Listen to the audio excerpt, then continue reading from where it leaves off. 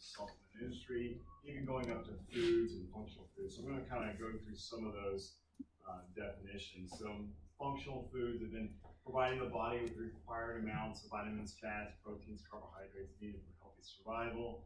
And then this one definition said that when functional foods aid in the prevention of diseases or disorders other than anemia is called nutraceutical, which is still really vague.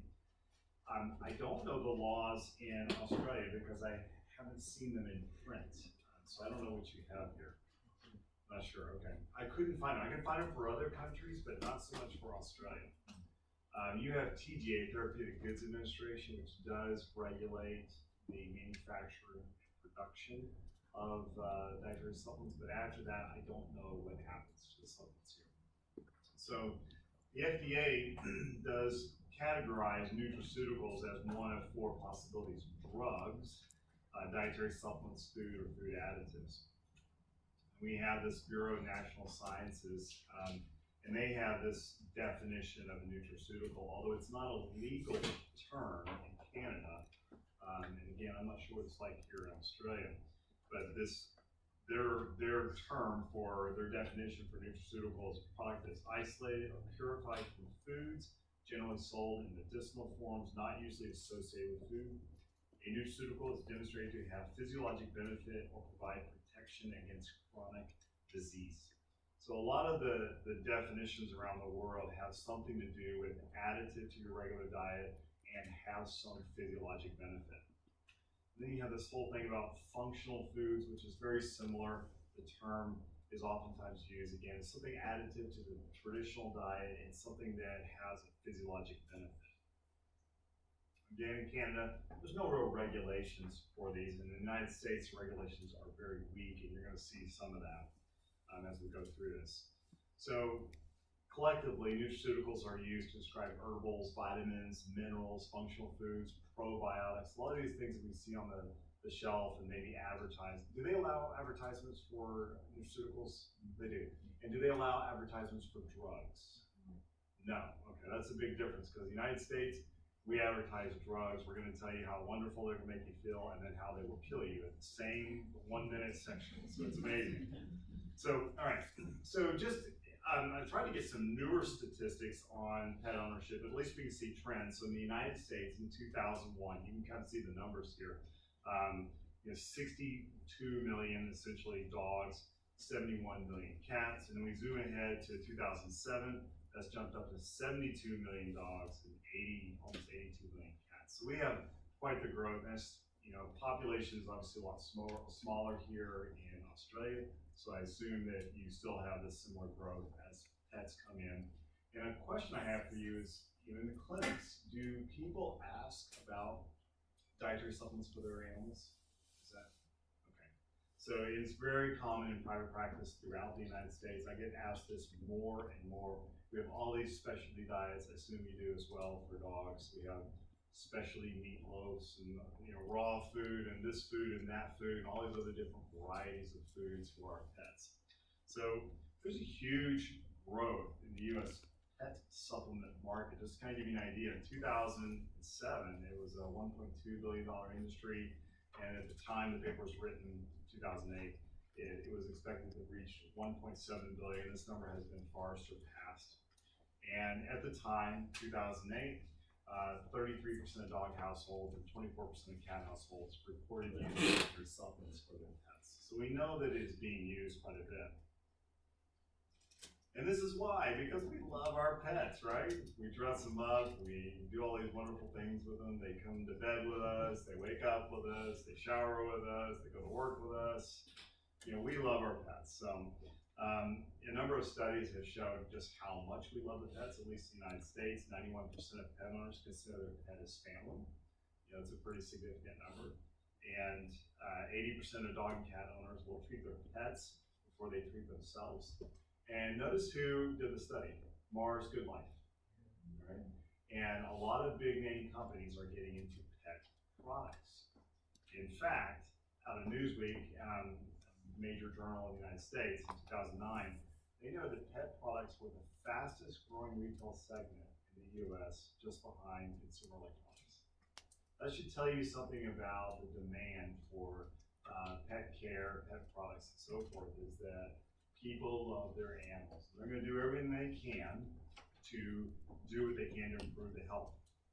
So Nestle, also another company getting into pet products, reported that, and this is in 2009, that the pet products did better than their human products in the first half of 2009. So we know that these are definitely things that are impacting companies, and they're looking at it and they want to know how this is going to impact their bottom line, so they're getting involved with it. This study is called the NHANES National Health and Nutrition Examination Survey. So just from 1999 to 2000, they noted that half the U.S. population was taking dietary supplements. In 2009, a separate study confirmed that, and Dr. Cohen, the author of this study, has been really publishing quite a bit on the nutritional supplement industry, trying to understand it, trying to help educate the public about the problems that are involved with the industry, and put out some great information. So this is another one looking at the supplement sales. Now this is human sales, not just pets. So we know that pet supplement is probably around $2 billion plus at this stage. So in the United States in 2005, it was a $20 billion industry, reached $30 billion in 2012. By 2014, it's a $32 billion industry. 85,000 different combinations of nutraceuticals. I noticed that while I was in the airport in Sydney, I believe, I saw all these different nutraceutical products. And I tried to read the label and I couldn't figure out what was actually in it, other than they said it's good for you and it's magically delicious and all this other stuff. So, it'd be kind of curious to see what the laws here, I just couldn't find them. The European Union also reports similar trends, and I would suspect that we're probably seeing a similar rise here in Australia as well. So what I want to get to is that the nutrition information is out there everywhere. We have a lot of truths, and we probably have far more mistruths about the dietary supplement industry. And this is just on the human side. When we look at the pet supplement side, a lot of people carry over that information from the human side and say, it's good for me, it must be good for my pet. And I want to explain some of the problems. But before we go into the problems, I want to show you some of the studies that are out there, because there are some impressive studies on the human side. And the role of nutrition, it truly is what we are, what we eat is what we are. And if we eat poorly, it affects our health. If we eat well, it affects our health. And the question is always, does this product help myself, my family, my pet? Okay. And also a cautionary note, just because a study's been published in humans and did great things for this particular disease, syndrome, or whatever it may be, does not mean it works for animals. We have different nutritional requirements. We have a lot of things that make us very distinct, but sometimes we rely upon those human studies as a base of comparison. So here's my first quiz question. What is that? Watson, yes. So this is from South America. They're basically an Amazon bird. What's unique about them is that they are leaf eaters. Okay, they're like cows internally. They're very unusual birds. And developmentally, they're the only birds with extra fingers. And the fingers actually go away as the birds become adults. So they use the little fingers to climb on trees when they're babies. Okay, so if it's like in Australia like it is in the US, you hear reports one day say, take folic acid, it's going to prevent this disease. And then a week later they say, no, don't take folic acid, it will kill you. And it's very confusing to determine what is the value of this information. We get so much conflicting data. And what happens is someone publishes a study, the media takes the key points and makes that the entire discussion without understanding the basis of the study. So what I want you to understand is really how I came to look at dietary supplements and how some other people did these studies to determine what is really valuable information and what is not. So if we were to kind of break down two groups, it's the level of supplementation. There's optimal levels in RDA, I'll explain that. And then there's long-term and short-term use. We know that using a recommended daily allowance level of nutritional supplements is going to have minimal long-term health effects based on all the studies that have been done. So we have to use what are called optimal levels. And we know that short-term studies show very conflicting or no benefits, good or bad. So we really have to look at long-term studies. So we have to look at long-term studies that involve optimal levels of nutritional supplementation. So optimal levels are levels that have been shown to reduce the incidence of or development of chronic degenerative disease. These are things like diabetes, arthritis, cancer, heart disease, the things that affect the vast majority of people. It's not rickets or pellagra or beriberi, that are very devastating nutritional disorders that we sometimes see, but they're pretty rare. Most of it's going to be the chronic diseases that are going to affect people. So RDA, by definition, well, here's some definitions. So the RDA is called the recommended daily allowance. You may have something similar here in Australia. It's the basic guidelines. The RDA in the US was set up in 1941 by definition to prevent gross acute nutrient deficiency diseases. Okay, this is like the bare minimum to keep 97.5% of the population alive.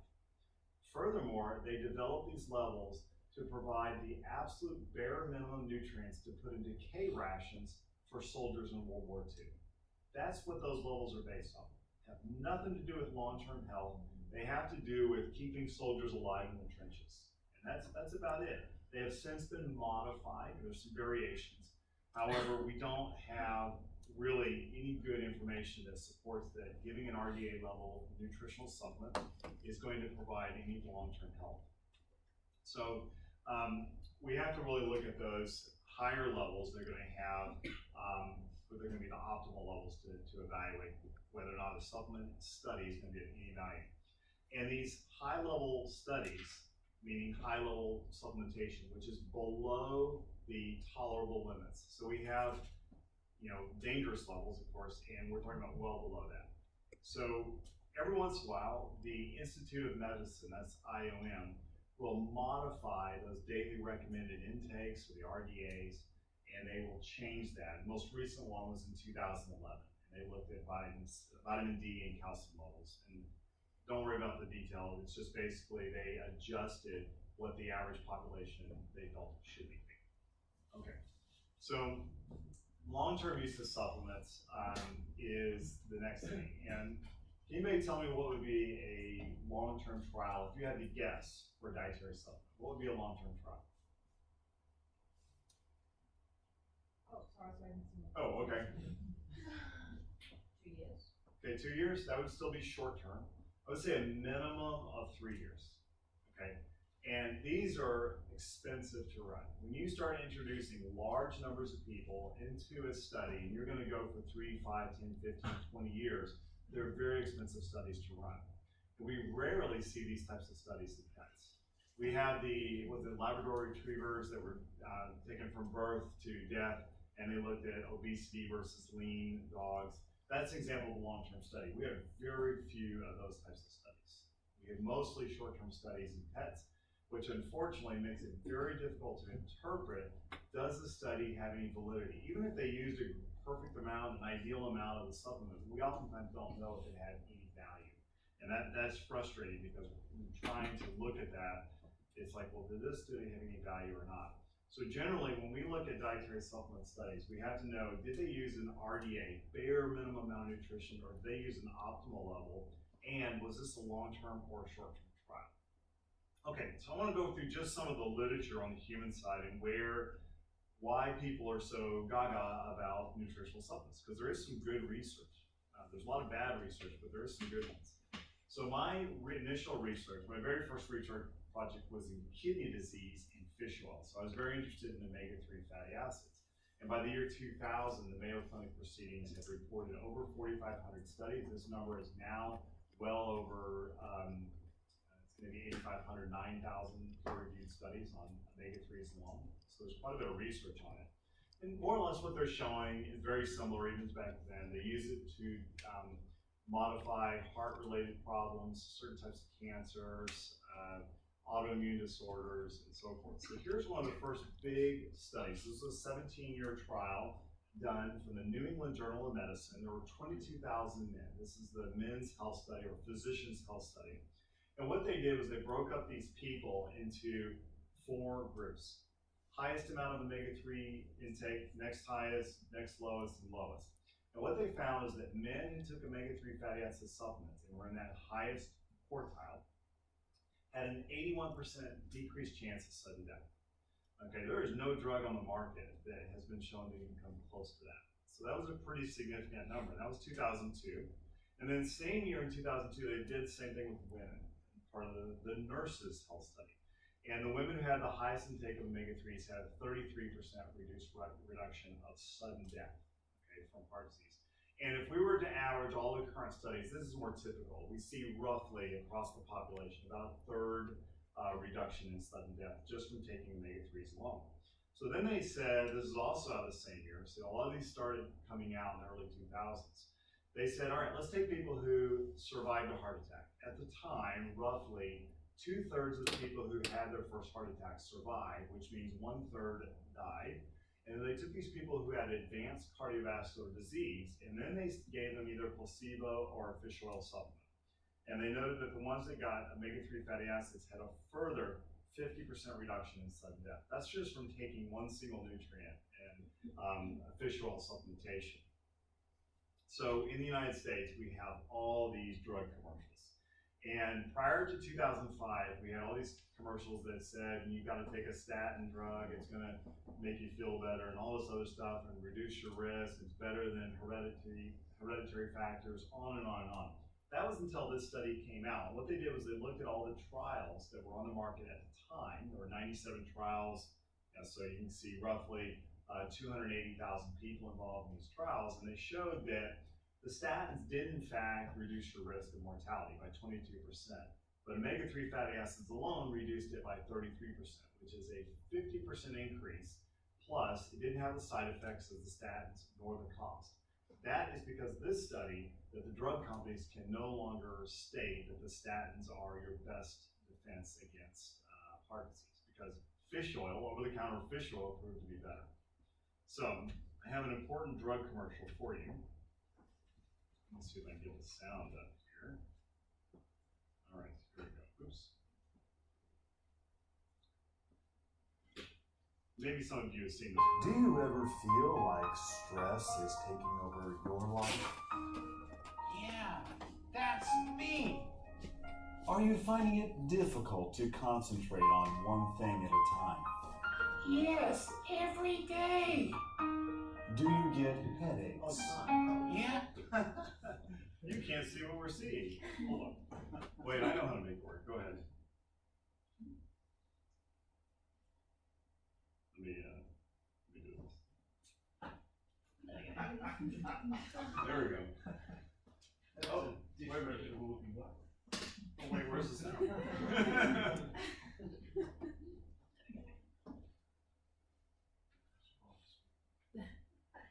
Where's the sound? Come back. Do you sometimes say to yourself, All right, we're going to get this right. do you ever feel like stress is taking over your life? Yeah, that's me. Are you finding it difficult to concentrate on one thing at a time? Yes, every day. Do you get headaches? Yeah, I have that too. Do you sometimes say to yourself, if only I could get away from all of this pressure? Oh, if you only knew. If only there was something that could help me. Hi, I'm a doctor. And if you're experiencing any of these symptoms, you may be suffering. That's why the scientific team at Megapharma, the makers of the blockbuster drug megafloxacin, have developed Megastatin. This pill combines the revolutionary technology of methylstatin with a genetically modified and safe coronavirus. This little pill just may change your life. Megastatin is a prescription drug and is kept in your medicine cabinet. No, not that little blue pill. That's right, Megastatin is the other little blue pill. Take Megastatin once a day. Wow, tastes like candy. Megastatin works in two ways. First, the genetically modified Bornavirus works with your immune system, creating a mild neurospecific inflammatory reaction that gradually removes the damaged tissue that causes you stress. Second, the methylstatin portion decreases your body's cholesterol production, lowering the buildup of atherosclerotic plaques in your brain. This in turn increases blood flow to the portions that remain and gives you that sense of euphoria. Wow! The end result is a worry and stress-free mind. Megastatin may cause vomiting, diarrhea, bloating, memory loss, confusion, erectile dysfunction, behavior change, vision loss, brain swelling, depression, tetraplegia, hydrocephalus, hirsutism, dizziness, sleep pathology, passing undigested food in your stool, beer goggles, severe weight loss, and occasionally mild tingling on your tongue and an unfamiliar sense of happiness. Megastatin may not be for everyone, so talk with your doctors and ask for a prescription.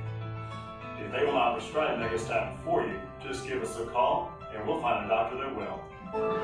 Megastatin by Megapharma, getting the world on drugs. All right, so unfortunately that is kind of like some of our drug commercials in the United States. Obviously not that silly, but they will tell you all the wonderful things it'll do and all of the ways, again, that it will kill you. All right, so I'm going to kind of go over again some of these studies here and just to more or less make the point of why people are so interested in dietary supplements. So vitamin D has also been a big one. I'm sure you're hearing about it here. Vitamin D supplementation. There are over 3,000 binding sites on the human genome, which represents 3% of our genetic code that is tied with vitamin D. That should tell you that vitamin D is a very important pro-hormone, not just a vitamin. And it's involved with so many different things, gene regulation and all this others. This was a particular study. They looked at 73 cohort studies, and here's kind of the bottom line. They found an inverse relationship between circulating 25-hydroxy vitamin D, so vitamin D in our blood, and the risk of death due to heart disease, cancer, and more. And vitamin D3 supplementation significantly reduces overall mortality. That was a fairly recent study. So we know that these are again just highlighting some points why dietary supplements are of such interest to so many people, is because there is actual good research that shows benefit. And glucosamine, a lot of people ask me about joint health products, and you may have these here: shark cartilage, perna caniculus, of course glucosamine, chondroitin, MSM, avocado, soybean oil, on and on and on. Glucosamine is the only one that's ever been shown in any long-term trial to have any benefit. And that they keep putting out these studies. One just came out earlier this year, and same thing, they couldn't prove with chondroitin. They keep trying with chondroitin, they haven't been able to make it show any benefit with that. The Journal of the American Medical Association, the American Medical Association for years has been recommending against dietary supplements until they published this study in 2002, which more or less stated they could make an association. They looked at 45 years of literature and they found an association between certain dietary supplements and reducing the risk of a number of different diseases. And they also know that most physicians really don't have any clue about dietary supplements or nutrition in general, so that they were not really the best people to even assess this. And they had very specific guidelines. Again, don't worry about all the details, but they were able to cite certain vitamin supplements and how it affected a number of diseases and on and on. Their bottom line conclusion is that they said it appears proof that all adults take vitamin supplements. So while we often have these human and animal controls linked, we cannot always draw from a human supplement and say it's going to do the same thing in a pet dog and vice versa. So this is another study that came out in early 2001. People are twice as likely to purchase vitamin and mineral supplements for their pets as their own children. All right, so I'm going to focus just on some of the studies in the pets. We don't have nearly the depth of studies, and I'm going to focus just on omega-3s and a little bit on glucose. Okay, anybody know what this is? That's right, pig-nosed turtle, fly river turtle, Malaysian turtle. Ate figs, strange water turtles that they are. Okay, so again, I was interested in omega-3s and kidney disease, and Scott Brown about the same time. So I did my residency 95 to 99. Scott Brown published this. I believe it was at Auburn at the time. And he more or less looked at, he did 15 16th nephrectomies in dogs. And he gave them the exact same diet, except the fat source was either omega-3 fatty acid, omega-6, or saturated fat. And what he showed is what we guessed was going to happen was that the omega-3s supplemented dogs actually had their kidney function improved. The saturated fat had no change, and the omega-6 fatty acids actually contributed to further damage. He did another study with acute renal failure, showed the exact same thing. Omega-6 fatty acids contributed to renal damage, omega-3s improved it, saturated fats had no real change. And then they published this in the Purina Nutrition Forum. Very similar findings. They also showed benefit with systemic hypertension and sensitivity reactions, which are basically autoimmune problems. So now we know omega-3 fatty acids are commonly used in specialty foods, and I will add a caution to that in just a moment. But we also see them commonly with being used with kidney problems and so forth. I assume you have cat and dog foods and they say omega-3 enriched. Here's the problem. Omega-3 fatty acids as fish oil do not stabilize in food. And I know I've talked with the companies and they have said, you're right, we can't get them to stabilize very well. You can put flaxseed oil in there, and in the United States, you can get omega-3 enriched cat food. It has flaxseed oil, and guess what cats cannot convert? Flaxseed oil. They can't convert linolenic acid to EPA and DHA, the so-called fish oils. And so putting it in the food is probably not of any benefit. And interestingly, it ties up their liver enzymes, which leaves the liver open to toxic insult from other problems. So it may actually make things worse. So I don't recommend giving flaxseed oil at all to cats. Give them fish oil. And also, with dogs, you can give them flaxseed oil, but I always recommend supplementing with fish oil supplements on top of the specialty diet. All right, there's a number of studies with delayed type hypersensitivity reactions, allergic skin disease, and so forth. And omega-3s do reduce this. They don't eliminate the allergies. They make the dogs and cats more susceptible, or more, they improve better with steroids or antihistamines, and they also tend to improve the skin quality, decrease flaking in the skin. So here's a cat with Seborrhea sicca.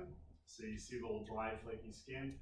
You can pretty much give any fat, whether it's omega-6, saturated fat, or omega-3s, to cats and dogs to reduce the skin flaking. So my caution is, if you're going for the benefits of omega-series fatty acids, there's already enough omega-6 in the diet, add omega-3s. Don't add more omega-6. There's all these studies that look at steroid-sparing effects. So one thing we use omega-3s with, especially with allergic skin disease, is to reduce the need for steroids or other drugs. And there's a lot of research that has shown that. It doesn't eliminate the allergies, but it tends to help. So we use omega-3 fatty acids in dogs with atopy and, of course, kidney problems and so forth. And there's a dachshund behind, and it's to be these bad allergic skin problems. And we add omega-3s as part of the dietary supplement program.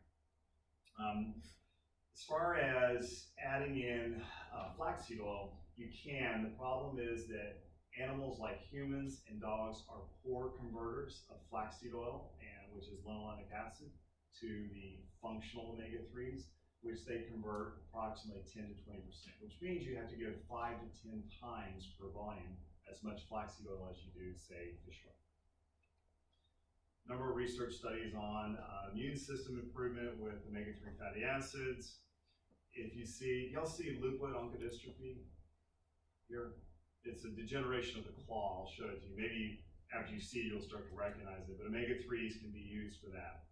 This is atopy, where the dogs are chewing at their nails, okay? As opposed to this, if you look at the nail base, you can see that there is some inflammation. There's even a line where the serum has oozed out, all right? Maybe these are the dogs that you handle their feet, or you go to trim their feet and they scream. Look at their nail base, because they may have an inflammatory reaction. Some of them are just simply responsive to omega-3s as well. There's an interesting case on a ferret. I realize they're legal here, so you don't see that many of them. We see them all the time in the States. This one had an inflammatory nail bed reaction. We tried antibiotics and everything, and the only thing this ferret responded to was omega-3 fatty acids. Never got a clear diagnosis to what this is. Here's another dog in a nail bed, and you can see that inflammation along the base of the nail bed. And so when you see these with your pets or with your patients, keep in mind that they may actually have an inflammatory immune-mediated reaction. And this is an actual nail that is crumbled away with leukodystrophy. What you're seeing is the pulp of the nail exposed. Very painful, and you can see how he's been licking between his toes and all that. And what happens is their nails degenerate randomly. You may have one toe out of the whole foot that's bad, and then next week it's another toe on a different foot, and it's random, but consider omega-3s. The only way to diagnose it is to chop off the toe and send it for histopath, which we don't do, obviously. We just manage it, and they do really well. A lot of great work with omega-3s in cancer. If anybody follows Greg Ogilvy's work, he started out in the 90s looking at how omega-3s affect the development and progression of cancer. There's some really interesting work that's been done with that. And also in humans, they noted in humans, out of the Journal of Cancer, that 80% of the human patients who took omega-3s were able to stabilize their weight. So they didn't have as bad of a cancer cachexia. Next thing, you may not hear about this very often, but it's come up in the past 5 to 10 years, and that's the antiarrhythmic effects of omega-3 fatty acids.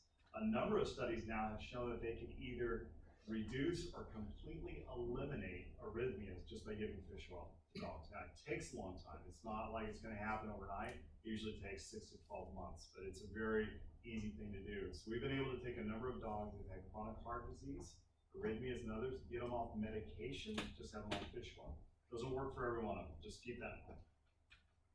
It's also used in joint disease. It has to do with how it reduces inflammation in the joint. This is a great way for cats. You probably hear about cats having arthritis quite frequently, underdiagnosed. One thing you can do with cats is just give them fish oil. It tends to help. It doesn't eliminate the problem, it helps. If you want to have smart kittens and puppies, give the bitch or dam some fish oil omega-3s. It's been shown to improve certain developmental tests in young animals. That's been shown in humans, several different bird species, and mammals as well. You can actually test for omega-3 deficiencies, but you have to do nerve conduction, velocity conduction tests, electroretinograms, learning tests, and other things that we're just not going to do in practice. It's just not realistic that we're going to do these tests. So we do give omega-3s to all cats. So again, we can't get it in the diet because it doesn't stabilize in their food. So we just give it to all cats. We also give it to dogs with kidney disease, osteoarthritis, seborrhea siccum, allergic skin disease. You can use it with cancer, leukodystrophy, arrhythmias, and again, we use it for pregnant animals as well. And I realize I'm going through this very quickly, so I don't keep you here all day. And all this information is in that paper. And this is more or less how he does it. Okay, anybody know what this is? In the States, if you get caught with it, you can be put in prison. But no, not a veiled chameleon. This is a Fiji island iguana. So one of my clients had one. I'm like, oh, I don't see this. I'm gonna take a picture. I do see it, but I don't see it. Okay, we're just gonna quickly go over glucosamine. The bottom line is we don't really have any good long-term trials, and the long-term trials out there show really mixed. Or I'm sorry, the short-term trials that we have in pets show really mixed results. We know from the human studies that chondroitin seems to have no benefit in any long-term trial. There's a number of these trials, you can read about them in pets, especially dogs. There's some stuff in horses as well.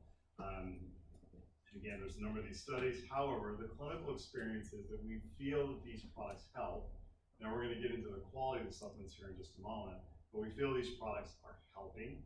And it's been used in veterinary medicine for many years. In fact, it was used in veterinary medicine before it became popular in human medicine. We do frequently use glucosamine in dogs that have uncomplicated osteoarthritis. Obviously, if they have septic osteoarthritis or neoplastic osteoarthritis, that's going to be a different problem you have to deal with. It's very difficult to give to cats. Some of the cats do seem to respond though. There are a number of products out there, granules and other things you can add to cat food, and not all cats will eat it. And we more or less give 500 milligrams of glucosamine per 40 pounds of body weight, or 250 milligrams per cat. Okay, next question. What is that? I will give you a hint. Its closest relative is the elephant. What was it? Hyrax. That's a rock hyrax. Yes. So this particular one is about, this variety is about this big. They're from South Africa. I was in South Africa, and these guys are like pet dogs. They come up to you and beg for food and everything else. They get used to being around people, so they're kind of funny little animals. All right, now I've told you the good, let's go to the ugly. So that is that the industry is very poorly regulated. That seems to be a syndrome around the world. So in dietary supplements, at least in the United States, we have this little law called DSHEA, it's Dietary Supplement Health and Education Act, 1994, and it more or less protected the dietary supplement industry from government oversight. So it prevented the FDA, our Federal Drug Administration, from reviewing and evaluating dietary supplements before they get on market. Now, the only time the FDA gets involved is when they kill enough people. So you have to kill quite a few people to dietary supplements, and then the FDA says, oh, we better look. So DSHEA basically sets up guidelines so that our dietary supplements are manufactured to meet food guidelines. Now, here's some newer updates. So if you've had pizza, I'm going to ask you a question. How many pieces of pepperoni are on a pepperoni pizza slice? Any idea? How many? 1, 2. Doesn't even matter. Manufacturer just slaps pepperoni on there. You may get 1, 2, 5, 10. There is no regulation other than it's got pepperoni in there, right? That's kind of like the dietary supplement industry. Well, we think there's some supplement in there. We don't know how much. I know what the label says, but we really don't know what that means. And I want to make a very big distinction between over-the-counter drugs and dietary supplements. Over-the-counter drugs must have potency, meaning that what is on the label is in the product. Dietary supplements do not necessarily follow this. They must have uniformity. So that means that each pill, bottle, and lot are the same. That is not always true with dietary supplements. And they must disintegrate. That means that once you take this product and whatever is in it, it must actually dissolve in a time normal for digestion. If you don't have any of those, you have no idea what's going on with this product. It may have no value whatsoever. So drugs are intended for therapeutic benefit and must be proven in clinical trials. Dietary supplements do not. And more or less, this act I'm talking about, Dietary Supplement Health and Education Act, allowed the industry to blossom in the United States. And it's carried over to many other countries, and the FDA has very little oversight. Okay. And DSHEA approves or assumes that nutraceuticals are safe. And Cohen and others have basically said that this assumption is a facade for safety and legal issues, and there's a lot of illegal dietary supplements. I'll get into that in just a moment. And really, we have huge problems with the dietary supplement industry. So in the United States Department of Agriculture, USDA, set up some guidelines that said that we're going to set some procedures for the dietary supplement companies to follow. And these all sound good. We're going to make sure that dietary supplement companies do everything they can to make the products great. We're going to set up all these provisions so that they can manufacture them towards basic guidelines, make sure the products are clean, the facilities are clean, on and on and on. And then by the year 2010, every dietary supplement manufacturer in the United States is going to follow these guidelines. Sounds fantastic. Except they put in this interim rule that says the dietary supplement manufacturers don't actually have to prove that there's actually anything in the product. They built that into this, and they can basically apply for identity exemption. So they don't have to, if a company gets granted identity exemption, they don't have to actually prove that anything on the label is in the product, which to me is incredibly frustrating. Like, why would you have all this stuff and then give everybody an easy backdoor to actually not have in the product what's on the label? And then what's even better is there's no enforcement and there's no repercussion if you fail these guidelines that are not laws. So we can essentially, you can disobey the rules or whatever, and there's no repercussion. So obviously, there's no problem for the dietary supplement manufacturers if they choose not to follow any guidelines. So, let's go over what has been found then, as far as does the industry actually have anything to stand on? Do we have any products that are acceptable? So there's been quite a few studies, again, looking at the industry very recently and finding incredible problems and mismanagement of products. And I'll tell you some stories of some facilities. I have actually visited a number of dietary supplement manufacturing plants, I should say, and what we found in there.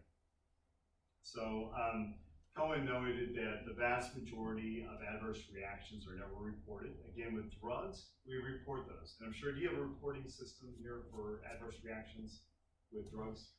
Yeah, we do in the United States, or even for pets. There's nothing for dietary supplements. All right. And, you know, there are a number of health claims. I have them up here, and I'm not going to go through all of them. But in the United States, we do have a few health claims that you can put on your label. None of them would apply to pets. So any of these claims beyond what's allowable are essentially illegal, or they're called non-permissible claims. And here's one, just as an example. I'm going to whiz through these. Calcium osteoporosis. Adequate calcium balanced throughout life as part of a well-balanced diet may reduce the risk of osteoporosis. All these claims are may reduce the risk. So if you see any claims on dietary supplement manufacturers that says will improve your bones or will reduce your risk of heart disease, those are all non-permissible. They have to be may, and they're very specific guidelines. A lot of companies get dinged for this because they say that it will cure cancer. We have those products. Maybe you do too. I don't know. Dietary supplement products, and they get in a lot of trouble. But again, there's no repercussion, so there's no problem. Development of cancer depends on many factors. Diet low in fat may reduce the risk of some cancers. That's another permissible claim. All right, and I won't get into the others because they don't necessarily apply to pets. Low in sodium, saturated fat and cholesterol, fiber, it goes on and on. There's only a handful of these things that we can do. Eating too much sugar is bad for you. These are things that we know, but these are the only permissible claims that are out there. Fiber, soy, which has come under a lot of scrutiny, like sterols and all that. Okay, so the research on the industry shows that adulteration has been present. That's where they add in something to the all-natural product. Adulteration has been present for years. It has been well known. And I'm going to tell you a story. So one of the facilities I went to go visit was very, very well known. I won't say where it is, but in the United States, very, very well known. And I met with the president, flew off the plane, went straight from the airport to this facility. Now, I've been in the facilities where it's full gown, mask, gloves, booties, head to toe covered. And you go through an airlock, you scrub up, and those are the really good ones. So this was a very, very well known. He showed me his panel of products that he serves and these companies. Very, very well known, big name products sold all over the world. And he says, this is the greatest product line, everything. I'm going to show you how we manufacture products. And we went through the facility, and as he was talking and telling me how great his products were, I was watching someone, you get protein powder, right?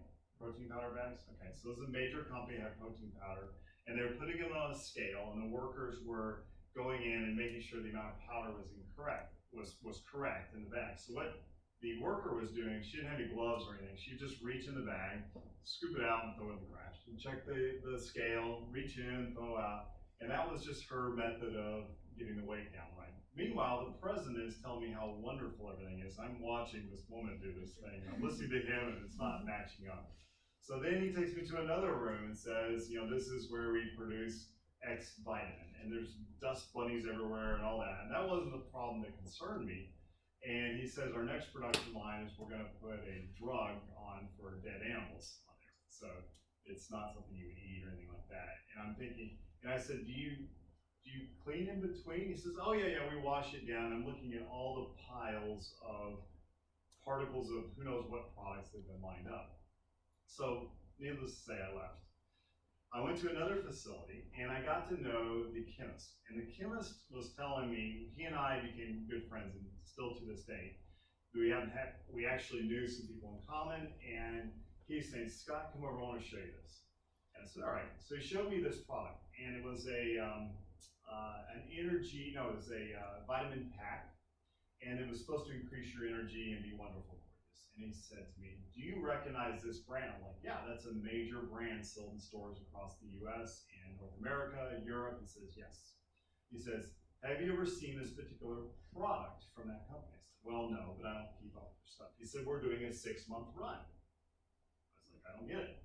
He said, well, here's why. Because they have their vitamin mix, and they put everything in there, and then they have a proprietary mix that we're not supposed to know what it's in there. We just were given this magical mix, and we're supposed to mix it in with everything else. I'm like, all right. He says, well, I'm a chemist, and I have an HPLC machine, so I want to know what was in it. He says it's illegal drugs like methamphetamines. I was like, oh, so it will increase your energy. He goes, bingo. So I said, all right, well, meth will increase your energy, short term at least.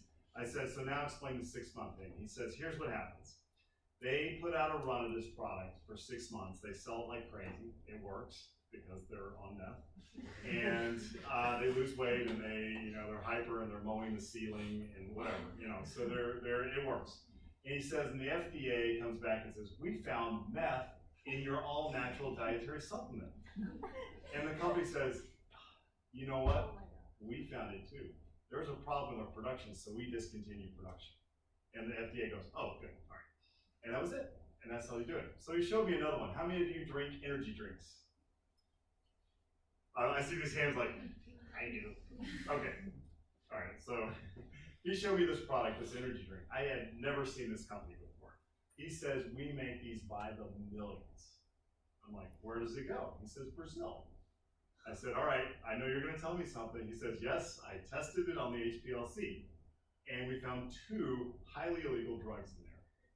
He says they're so hot, they're amphetamines, they're so hot, which is why they're an energy drink, they're so hot that they didn't even try to sell it in the US, so they ship it to Brazil where they don't check for these particular drugs. And he said they ship it by the millions. I mean, they put it on the freighter truck, those big cargo things, and they just ship it down. So that's kind of what's out there. You have to be very careful about what you take. So I want to go through some of the actual studies. A lot of people worry about Chinese products. And I will tell you that at least in the United States, the studies show the vast majority of the problem products are made in the US, not in China. So it's actually an issue there. So this was an interesting thing. From January 1st, 2004 to 2012, this particular study showed that half of the class 1 drug recalls. So in the US, class 1 drug recalls are drugs that will kill you. Very dangerous, like methamphetamines and things that are really dangerous. They found that half of them did not come from drugs, but came from all natural dietary supplements. They claim to be pure and herbal and magical and all this other stuff, good for the earth and everything else. So then they said, all right, well, let's look at those. So again, 3/4 of them were made in the US. It wasn't that they were made outside the country. Now, we ship them all over the world, so some of them end up here, just to warn you. 67% of these were previously recalled, still contained at least one pharmaceutical drug at least 6 months later, which means that even though they were warned by the FDA for containing illegal drugs, they didn't care, they just kept making it. It didn't stop them at all. Again, there's no reason to stop. So that brings me to adulteration. Adulteration is when you add something to the product, and it is specifically usually to create a drug reaction, so it actually has an effect. So how many of you take male enhancement products? Nobody? Oh, come on. Oh, the guys are like, oh, maybe. Marty, I don't know. So if you're wondering, do these products work? We have products in the United States with their names are like Rock Hard, Extends, Maximum Love, things like that, all right? So the question is, what's in them? They're all natural, right? They have Viagra and Cialis in them. And again, the way the game works is the FDA comes to them and says, your all natural, herbal, plant-based, earth-friendly product has Viagra in it. And the company goes, how did Viagra end up in our all-natural product? And the FDA says, well, you can't do that, and we're gonna fine you $50,000, and you have to change your product. And the company goes, okay, we'll do it. So next year, the company comes back, or FDA comes back and says, your all-natural herbal dietary supplement now has Cialis in it. And the company says, how did Cialis get in our all-natural dietary herbal supplement? Wait, let me guess. We need to change our product again, and here's your check for $50,000. Is that how this works? Yes, thank you. And that's how it is. So it's so common. I mean, every day I get reports on the internet, like it's just now I get so many, even I would say daily, of a new company that has products. So if you have weight loss products, amphetamines are the most common. If you have sexual enhancement products, it's going to be Cialis and Viagra. If you're into weight gain, muscle building, guess what's going to be in those? Steroids. And then there's also a new set of drugs that are weight loss products, and there's a new drug I can't remember. There's lower your blood pressure, natural dietary supplements. They have all these antihypertensive drugs in them. So it's such a common problem. And then you have contamination. This is where the products are naturally contaminated with things like lead, arsenic, mercury, and so forth. Okay, let's get into some of these things. So, here I won't worry too much about this. So, there were a number of studies that started basically at the end of the 90s and really started taking off in the 2000s, where they're looking at these first two supplement studies that looked at prescription prenatals showed that 2/3 of them didn't even dissolve. They literally were stool markers. The supplement went all the way through the digestive tract. Remember, I was talking about disintegration as one of those things we have to have. It doesn't matter what's in the product. If it doesn't dissolve, it doesn't look good. And then we have calcium supplements, notoriously worldwide are noted for contamination with lead. One of the big ones in 2000 showed that 67% of the products had toxic lead levels. We have a product called Pet Tabs in the United States. It's a vitamin for dogs. It's now 3 or 4 times been cited as having toxic lead levels for our dogs.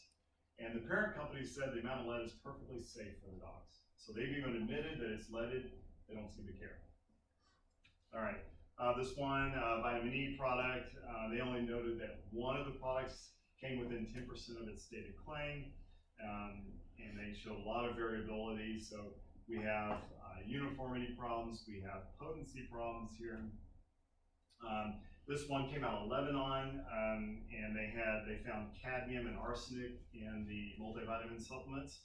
And the one with the highest arsenic value was labeled for children. Okay, have any of you seen gummy bear vitamins? Are those here? Okay, they have now twice been cited as having toxic lead levels for children. All right, omega-3 series vitamins, these are great, or supplements.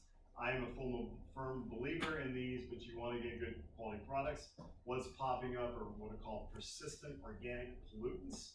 These are nasty chemicals, and what they are known for is endocrine disruption, cancer, neurobehavioral problems, reproductive issues, developmental disturbances in both humans and animals. And they keep finding these in the dietary supplements. There's a group, an online group called consumerlab.com. They look at dietary supplements. They just pull them off the shelf. It's not a regular testing, but they report it so the public can read about it. And this particular study, 6 of 20 failed. 2 of them claimed that their potency had been verified, on and on. So a couple of years later, things look a little bit better. Only 2 out of 44 failed. However, more recent studies have gone back downhill. In 2008, 30 products showed significant contamination with PCBs and organic chlorine products. Look at that, 10,400 nanograms per gram, whereas what is acceptable is considered anything below 90 nanograms per gram. Okay, so really high levels of these contaminants. All right, fish oils, 47 product study, over 70% did not have what they claimed on the label. So we have no idea what was in there, some oil of some sort. All right, and they also looked at veggie oils and so forth. In this particular study, this came out of the UK, 17 of the products studied that had fish oil were all contaminated with 1 or more organophosphate type products. So these are bad chemicals that you do not want in your dietary supplements. All right, And then they found all these other horrible sounding pristane squalene, these undocumented chlorine metabolic products that are in there, digoxin-like products, all these horrible long names. And these are these persistent organic pollutants that I was talking about. Okay, what is that? There we go, leafy sea dragon. Okay. All right. How many of you like herbal supplements? There you go. You're gonna have some fun. All right. So herbals are worse. Okay. So the problem with herbals is we have absolutely no idea what the vast majority of them are. And here's another problem with herbals. Not to say that they have no value, because they do. The problem is so many of them are incredibly variable. And herbals depend on which field you cut and the time of the year and everything else. There's so much variety in these. It's very difficult to standardize. And in fact, one study said that it's a practical impossibility to standardize these products. And of course, this brings up problems when we're trying to study this stuff and understand the effects. Who knows what we're studying when we're entering it into a research project? Standardization does not mean the preparation is accurately labeled, nor does it indicate less variability in the concentration or constituents of the herb. And this is, a common issue. I'll go over some of the studies. So let me just jump ahead here. They have so many problems with herbals in even identifying what the plant is that is in the supplement. You're going to see some of that in just a moment. That we have real serious issues. Adulteration is very common amongst herbals because they want to have an effect for the dietary supplement, and a lot of times they have ground up grass and weeds and other random plants, and then they put a drug in there so that it does have an effect, and then the people benefit from that. So we really have to be very careful with botanicals. So here's one study. It was 2003. This is Archives of Internal Medicine. They looked at echinacea. I'm sure they sell echinacea here, right? It's supposed to help with colds and all that. Not a single one had what it claimed on the label. 6 didn't even have echinacea in it. 28, half of them had mixed plant species. The authors of the article wrote it as though someone literally went to go mow a field of weeds that sometimes contained echinacea and bagged it and then put it into a capsule for you. So be very careful with these. This another study in 2003, only 20% of the 880 products, ginseng, ginkgo biloba, saw palmetto, had what they claimed on the label. All right, and this is another one, 6 products, half of them had less than 15% of what they claimed, saw palmetto. Unfortunately, it goes on and on. Undeclared contaminants, contaminations, adulteration, on and on and on. This is my favorite. 83% of the companies that involve these 44 products substituted the main herbal product with some other plant. So they didn't have the plant on hand, so they just put something else in there. Milk thistle, again, just lots of problems. Oh, this one had lead in it, which is always wonderful. Okay, mixed botanicals, arsenic. So if you like arsenic, lead, and some other fun heavy metals, I would recommend some of these dietary supplements. And look, here's a pretty picture of macaws. All right. Okay, so, and then you have miscellaneous nutraceuticals, joint health products. Homeopathics have not even been tackled because the principle of homeopathics is that you reduce the amount of the toxin, is what a lot of them have, to such an undetectable level that you theoretically have a benefit from it. So a lot of researchers have tried to approach this, but they can't identify anything in the products to figure out if anything's there, which makes it impossible to study. Okay. Oh, here we go. I got some stuff that involved Australian products. There's widespread accuracy issues. Many products were labeled with fictitious names or bacteria that were misidentified or strain identity. It's often missing. This was involving probiotics.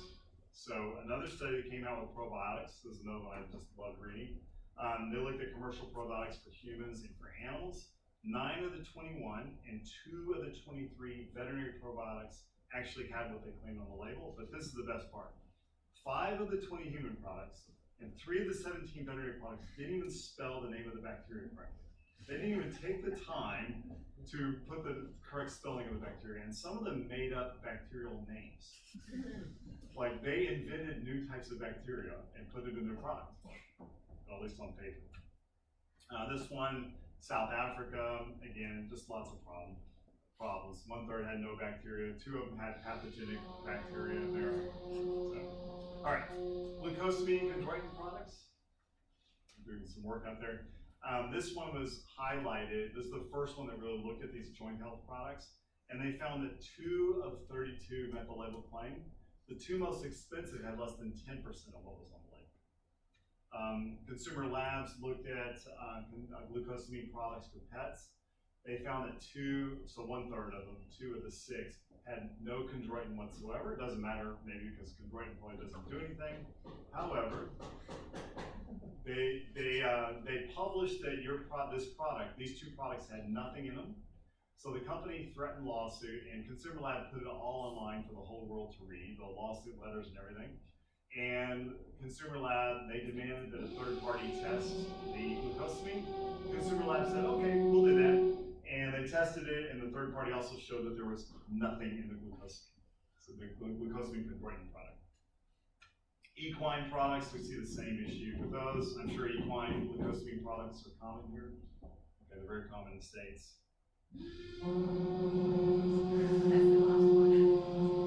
I'll talk in between. Okay. So in this more recent updated one, 2007, they did get some improvement. So rather than having nothing in the product, one product had 0.7% of what was on the label. That's a little bit better. And 22.1%, of course, 47.2% is much better. But still, we're looking at some bad numbers here. All right. So unless you are paying attention to the label and understand the manufacturing plant, you have absolutely no idea what you're getting. And I use this as a cautionary tale. Label declarations of vitamin mineral contents are often used as surrogates for actual levels. So again, this is all published information that's out there. So be very careful about these products. And when you just casually recommend that someone take, you say, I want your dog to start on omega-3 fatty acids, you probably need to research and see what products are good and see what's, what type of manufacturing they've done and so forth. So there are good research projects, but I want to keep in mind that when we look at animal studies and the researcher has not validated the dietary supplement used, the herbal product, we have no idea what those results mean. And that's a huge problem because we have all this stuff that's entered into the literature, but we don't know if it's actually even valid. And that's a serious problem that we have. Okay, there we go. Get the cat down. So in the United States, I'm going to kind of cut ahead. The United States, we do have food GMPs, CGMPs, and others. And these GMPs are called good manufacturing practices, and there are drug GMPs. So if you were taking chemotherapy drugs, would you be happy with the nutraceutical level quality, or would you want a drug level quality? I mean, the answer is obvious. You want to know what you're taking, because if you over or underdose, you can cause serious problems. So in the United States, we can look for this label, meets USP specifications, which is United States Pharmacopoeia, for potency, uniformity, and disintegration where applicable. So this is an example of the label. It says laboratory tested, quality guaranteed, meets USP specifications, potency, uniformity, and disintegration. It does not mean that the product is great, but that's a start. So when I guide people, I say that has to be a bare minimum. If it is not on the label, we don't know what's in it. It may be perfectly fine, but I have no idea. And if we're certainly doing a study on these products, I want absolute verification. And I'm shocked and appalled at what is entered in the literature when the authors never even validated that anything was in the product. So they don't really know what they studied. Determine if they follow good manufacturing practices for drug grade standards, and we have to contact the manufacturer. You may have to do the same thing here in Australia. Contact the manufacturer and find out if they're following TGA's guidelines for drug manufacturing. And for us, we have the Code of Federal Regulations 210 and 211. It may not be applicable here and we can find out if they've been regulated by a governmental agency. So the FDA, your TGA is pretty good. In fact, I would say it's better than our FDA, but you still have to find out if the companies, if they're following these guidelines. So I actually use TGA guidelines for some of the companies in the United States, and a lot of them won't follow them. They refuse. Find out if they've been in trouble with the FDA. You can go to consumerlab.com/recalls. This is, of course, an American thing, but just something to keep in mind. You probably have to do something similar here in Australia. So I think there's a lot of interest. I think there's a lot of benefit of these dietary supplements. You just have to be able to get good quality products. Okay, any questions? Total silence. Okay, you can wake up now, so it's okay. All right, I know it was a speed lecture and threw a lot of information. The bottom line is be careful with dietary supplements. Make sure you read the labels. Better yet, find out who the manufacturer is. Get the dirt on them and decide, are these things going to be a benefit to me, to you, me, to your patients, however you use the products. All right, thanks.